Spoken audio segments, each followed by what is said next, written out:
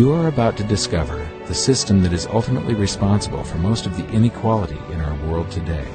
The powers that be do not want you to know about this, as this system is what has kept them at the top of the financial food chain for the last 100 years. Learning this will change your life because it'll change the choices that you make. If enough people learn it, it'll change the world because it'll change the system. For this is the biggest hidden secret of money. Never in human history have so many been plundered by so few, and it's all accomplished through this, the biggest scam in the history of mankind.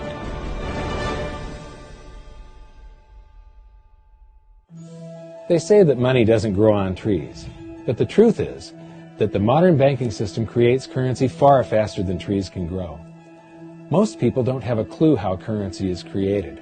Economists and bankers make it sound so complex that people think they can't understand it. But I'm going to strip our monetary system down to its essence so that you can see the scam behind the curtain and just how it affects you.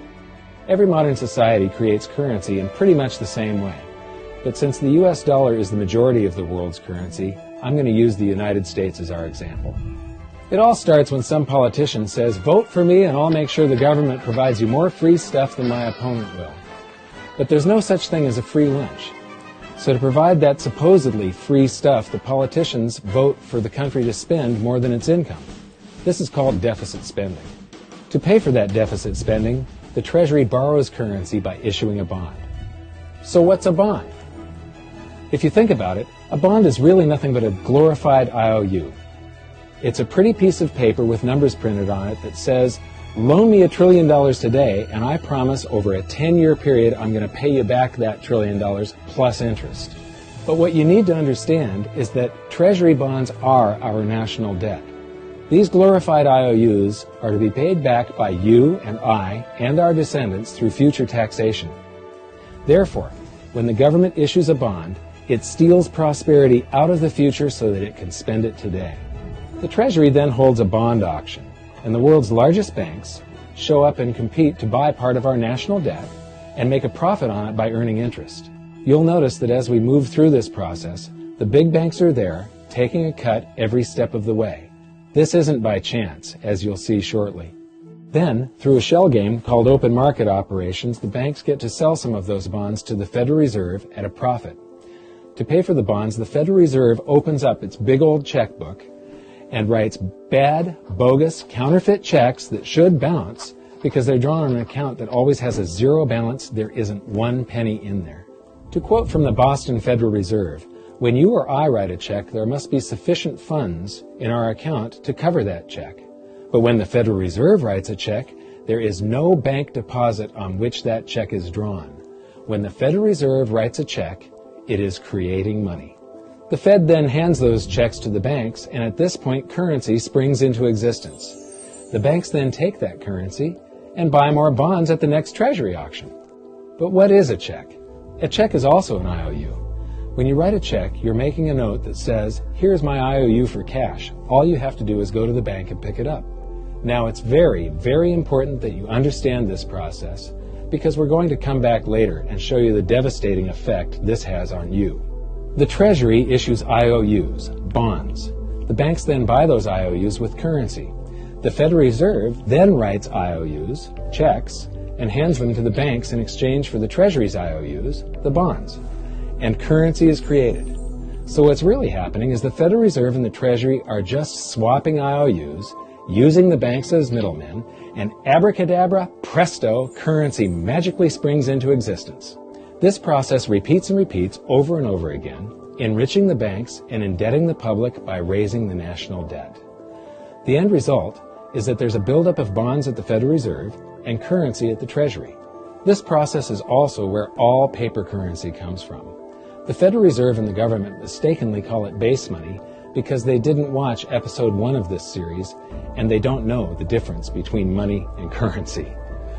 But I will correctly refer to it as base currency because it is not money. It is currency, and as we've learned, there is a big difference. Money has to be a store of value and maintain its purchasing power over long periods of time. We learned in episode 1 that earlier in our history, our paper currency was just a claim check. It was a representation for real money of intrinsic value, the gold and silver that was held on deposit at the Treasury. You could walk into any bank and slap your currency, like say a $20 bill, on the counter and redeem it for real money, a $20 gold piece. But now, this base currency that's piling up back here is really nothing but a receipt or a claim check on an IOU, that bond. So it's really nothing but a supply of numbers. The Treasury then deposits the newly created currency into the various branches of the government, and the politicians say, "Hey, thanks for that." And the government does some deficit spending on public works, social programs, and war. The government employees, contractors, and soldiers then deposit their pay in the banks. Now, this may come as a shock to you, but when you deposit your currency with the bank, you're not actually depositing it into an account to be safely held in trust for you. Instead, you're actually loaning the bank your currency, and within certain legal limits, they can do with it pretty much anything they please. This includes gambling in the stock market and loaning it out, at a profit, of course. Now this is where the machine of currency creation really gets cranking, because this is where something called fractional reserve lending comes into play. Fractional reserve lending is exactly what it says. The banks are allowed to reserve only a fraction of your deposit and loan the rest out. Although reserve ratios may vary, I'm going to use a 10% reserve ratio as our example. If you deposit $100 in your account, the bank can legally take $90 of it and loan it out without telling you. The bank must hold $10 of your deposit in reserve just in case you want some of it. These reserves are called vault cash. But why does your bank account still say you have $100 if the bank has stolen $90 of it? Because the bank left IOUs it created, called bank credit, in its place. Now I know this sounds crazy, but here it is in black and white from the Fed. Commercial banks create checkbook money when they grant a loan simply by adding new deposit dollars in accounts on their books in exchange for a borrower's IOU. These are nothing but numbers that the banks type into their computers.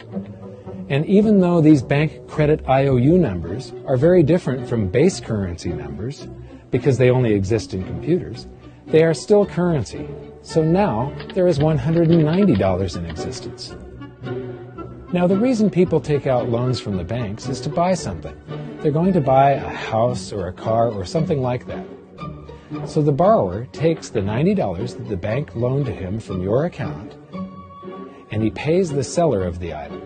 But then the seller deposits that currency into his account, and his bank loans out 90% of that and leaves bank credit numbers in its place. So now there's $271 in existence. This process repeats and repeats until under a 10% reserve ratio, an initial deposit of just $100 can create up to $1,000 of bank credit, all backed by $100 of vault cash, just 10%.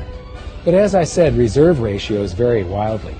On some deposits, it's 10%, on others, it's 3%, and on some forms of deposits, reserve requirements are 0.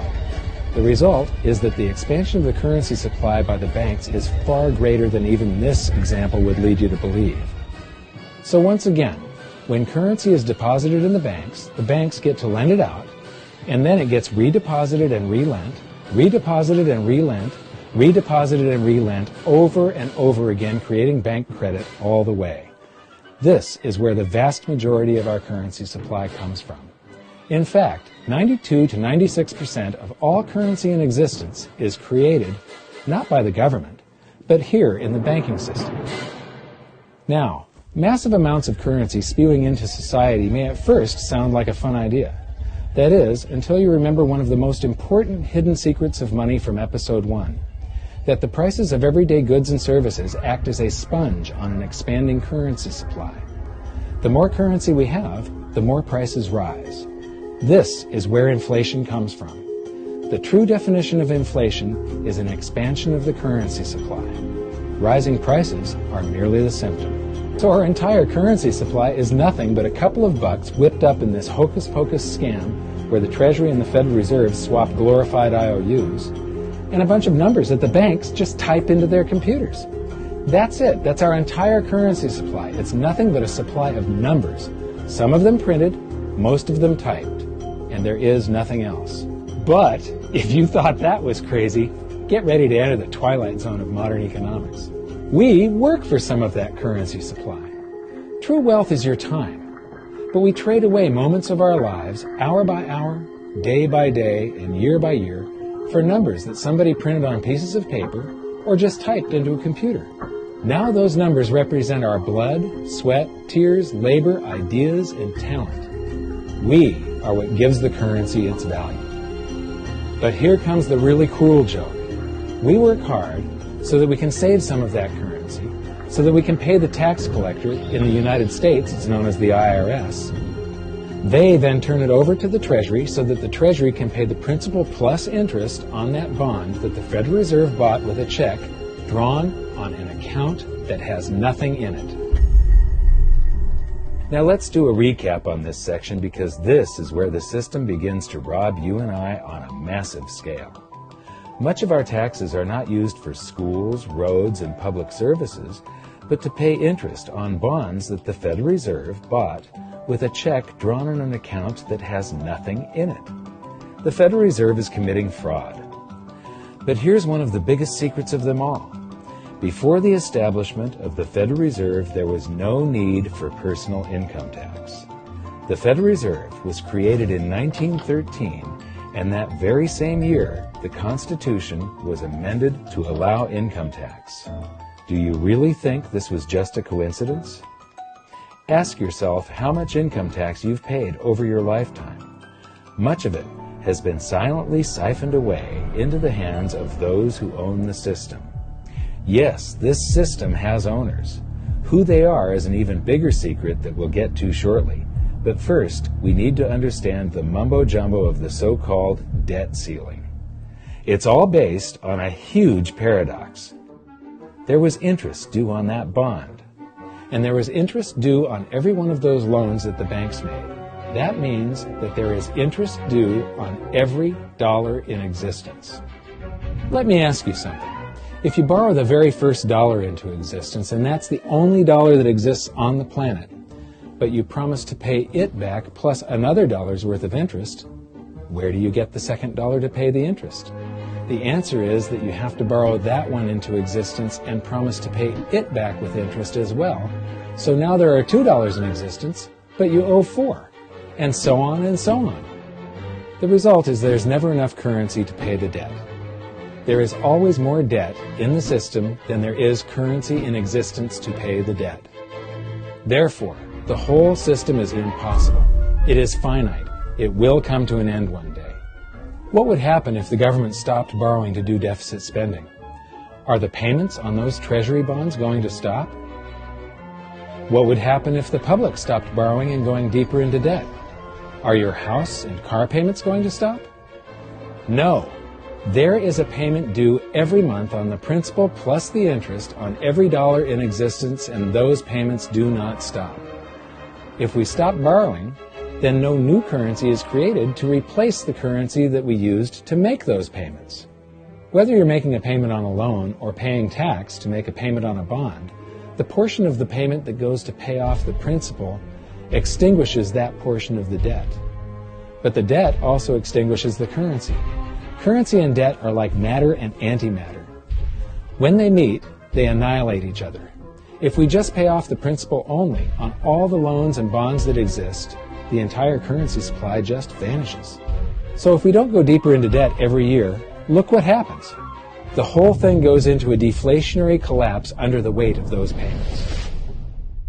Politicians and pundits alike talk about balancing the budget, paying down the debt, and living within our means. They don't understand that that is deflationary. It is impossible to do under our current monetary system without collapsing the whole economy. This is why any talk of a debt ceiling is not only ridiculous, it's delusional. The system is designed to require ever-increasing levels of debt just to continue. And that's why politicians will always kick the can down the road and raise this so-called debt ceiling over and over again until the whole system finally collapses under its own weight. In other words, they don't want it to collapse on their watch.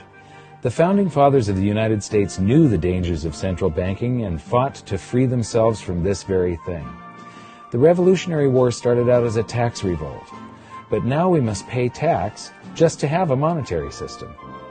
Having just suffered through the hyperinflation of the continental dollar, which was printed into oblivion to finance the Revolutionary War, they understood the dangers of fiat currency and debt-based monetary systems.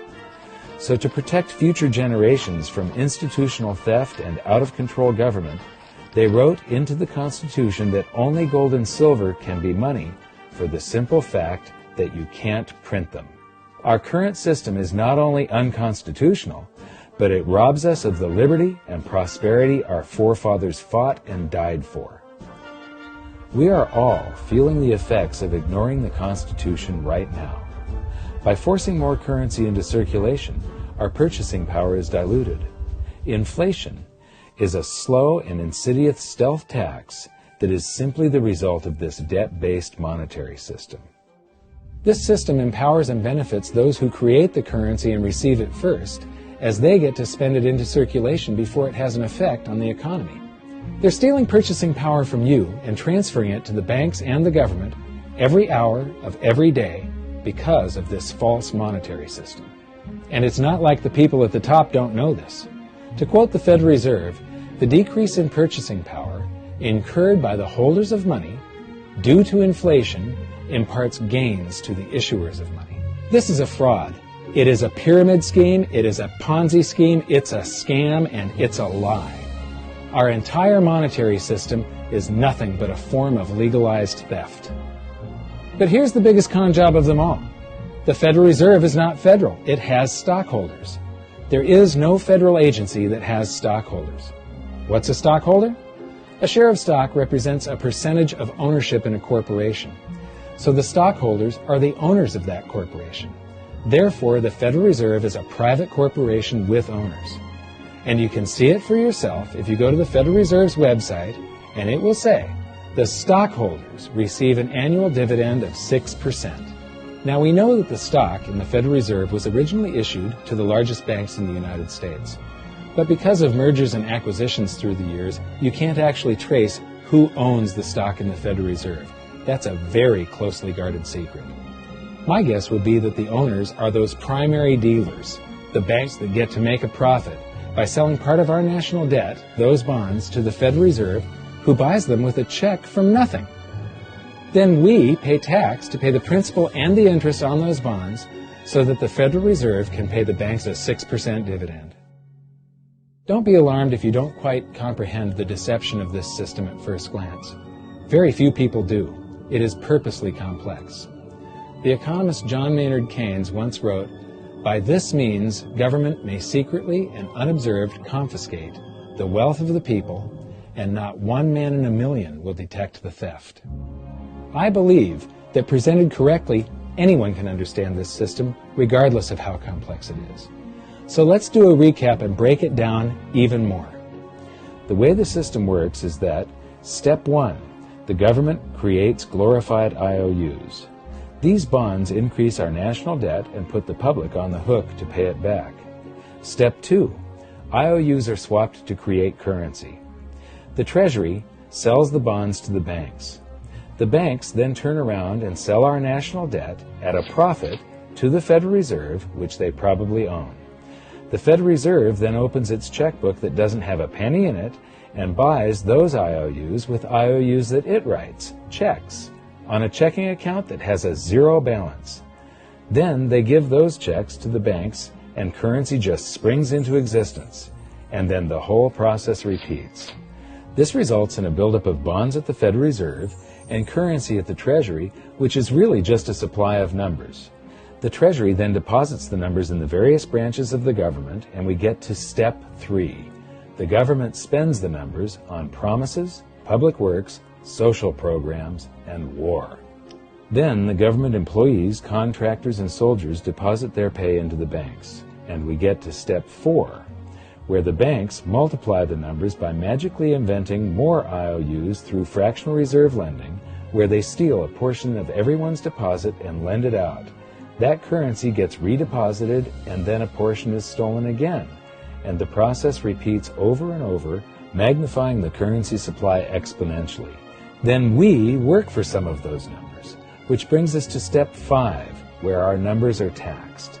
We pay tax to the IRS, who then turns our numbers over to the Treasury, so the Treasury can pay the principal plus the interest on bonds that were purchased by the Federal Reserve with a check from nothing.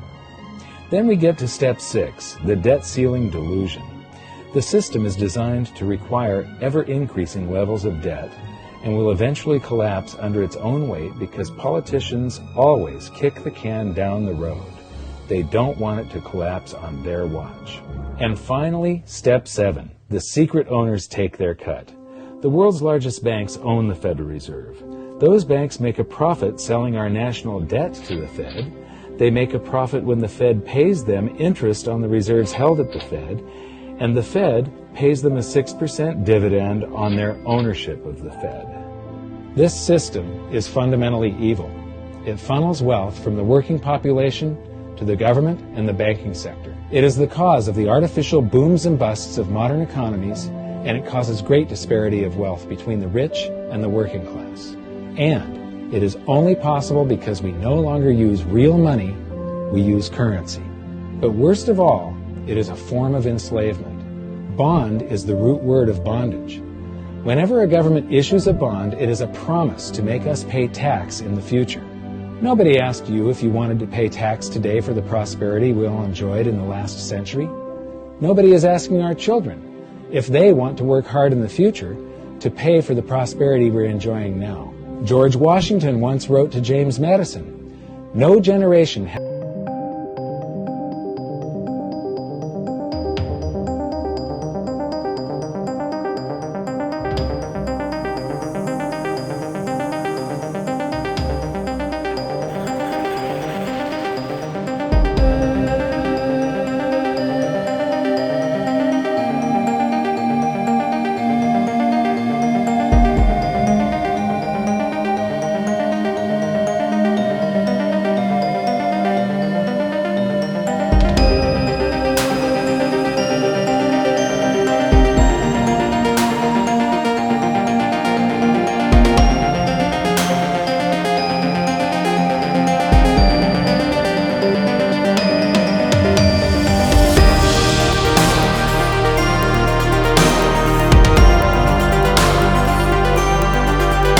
Take it away from them, but leave them the power to create money and control credit, and with the flick of a pen, they will create enough money to buy it back again. But if you want to continue as the slaves of bankers and pay the cost of your own slavery, let them continue to create money and to control credit. This is the Federal Reserve in Washington, D.C. It's located on Constitution Street. And that is just as much of a joke as the New York Fed being located on Liberty Street. Both of them are unconstitutional, both of them limit our liberty, and they transfer wealth away from us every second of every day to the Federal Reserve, to the government, and to the banking sector. You are now among the 1 in a million who can detect the theft of your prosperity. So the big question is, what can you do about it? 1. Watch this video until you can describe and teach it to others. Those who understand this system can make preparations for its unavoidable collapse and protect themselves. History shows that those who don't will probably be wiped out. 2. Share this video with everyone, especially those you care about. All it takes is a mouse click or two to get this message in front of millions. Post this video on Facebook, tweet it, email it to loved ones. Please share it wherever you can. 3. Join the conversation. The current world monetary system is based on a 300-year-old design meant to enrich a few at the expense of the many. There must be a better way. At hiddensecretsofmoney.com, we've created an open-source platform for the design and development of a new world monetary system. We're calling on every economist, every student, every college, every bright mind, and anyone who cares to join the discussion. In educating ourselves and each other, we can prevent the further loss of our freedoms and maybe, just maybe, win some of them back.